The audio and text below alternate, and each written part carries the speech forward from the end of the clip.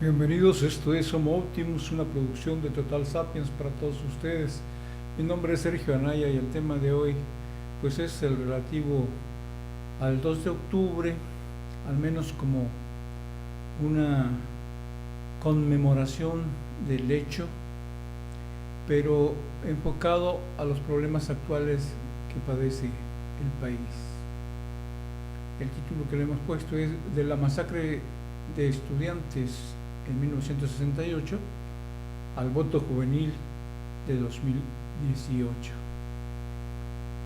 En 1968 muchos estudiantes fueron masacrados, principalmente en la Ciudad de México, en la Plaza de las Tres Culturas de Tlatelolco, y posteriormente perseguidos muchos de sus líderes en toda la ciudad y en diversas partes del país.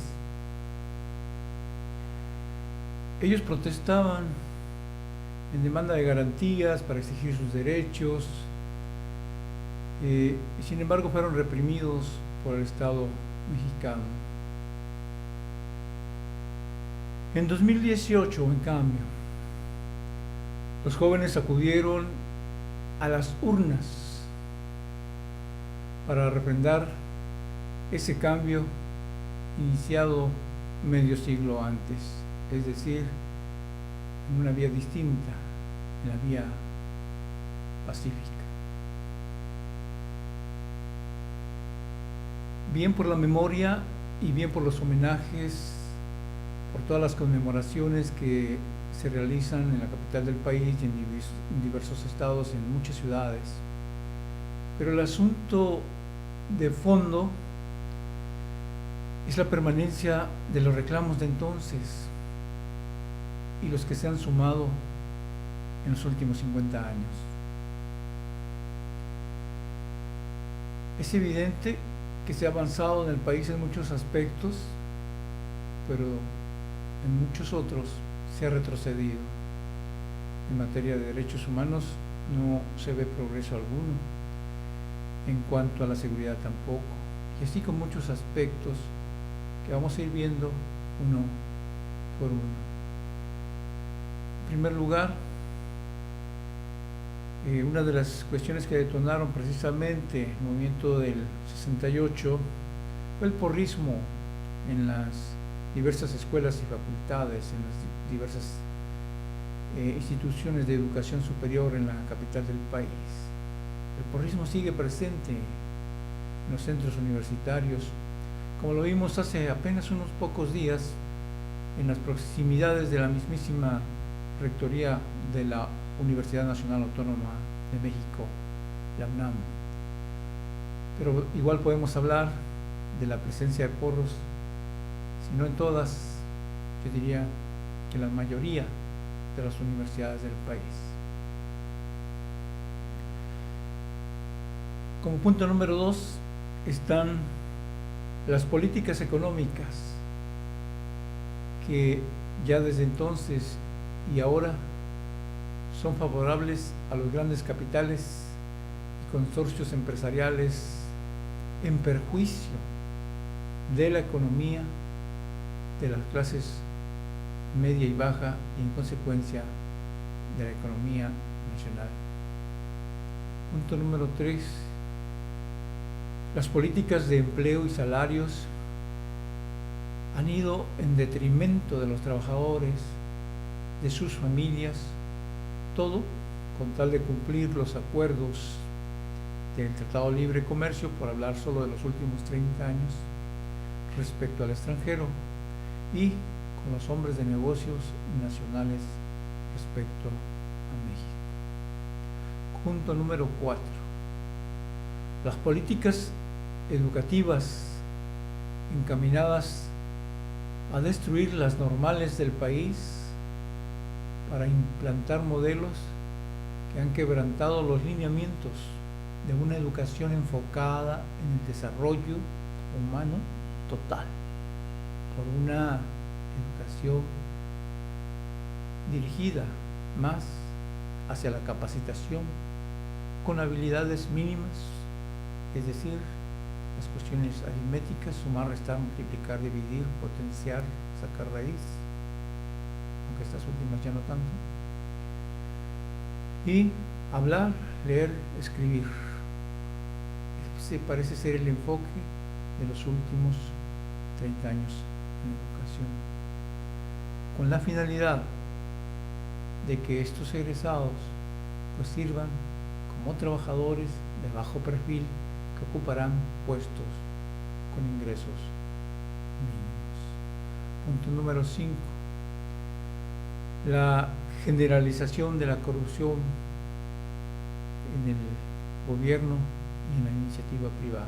Un punto sobre el que creo no es necesario abundar más y del que tenemos noticias a diario en nuestro país, al menos durante los últimos 18 años.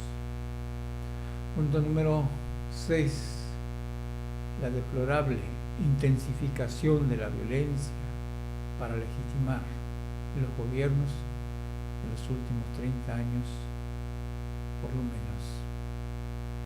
Baste recordar los casos de Tlatlaya o el de los 43 normalistas de Ayotzinapa desaparecidos y presumiblemente asesinados por la participación de diversos cuerpos de seguridad municipal, estatal, federal, e incluso se menciona a las Fuerzas Armadas de este país en conjunción con la delincuencia organizada. Terrible ese caso, que debe, sin lugar a dudas, debe ser aclarado. También hemos vivido en los años recientes un incremento de la violencia contra las mujeres. Los feminicidios siguen aumentando a lo largo y ancho del país sin que las políticas establecidas sean suficientes para frenar esa grave situación por la que atraviesa una de las facciones de la sociedad mexicana en cuanto son divididas por el ámbito sexual. Punto número 7. La proliferación también de la impunidad ante la complicidad de los poderes fácticos, llámense sector privado, llámense delincuencia organizada, y de los poderes constitucionales, tanto del legislativo, ejecutivo, judicial, federal, como de los estados y los poderes municipales. Es una debacle completa en este sentido. Y punto número 8. Luego entonces, la tarea es muy grande, pero ya se han iniciado las labores para solventar los problemas de nuestro país. Yo diría que solamente falta que la mayoría de los mexicanos se sumen a los 30 millones de votantes que, hartos de la situación, optaron por un gobierno con fines distintos a los de los últimos 50 años en nuestro país. Sí, necesitamos una mayoría que sea no solamente la de la votación, la cuestión electoral, sino una mayoría de ciudadanos que estén dispuestos a hacer de México un mejor país. Necesitamos estar vigilantes para que no se desvíe del camino ese gobierno, para que las presiones, tanto internas como externas, no descarrilen la voluntad de aquellos que están por asumir el poder, de los que ya lo han asumido en el Congreso de la Unión y los que lo harán próximamente en el Poder Ejecutivo de la Nación. Ese es el llamado de hoy. Creo que sería el máximo homenaje para los caídos aquel 2 de octubre de 1968, que los mexicanos recojamos esa idea de tener un mejor país, ese ideal de construir una nación justa, una nación equilibrada, donde los pobres sean cada vez menos y el bienestar sea para todos los habitantes del país.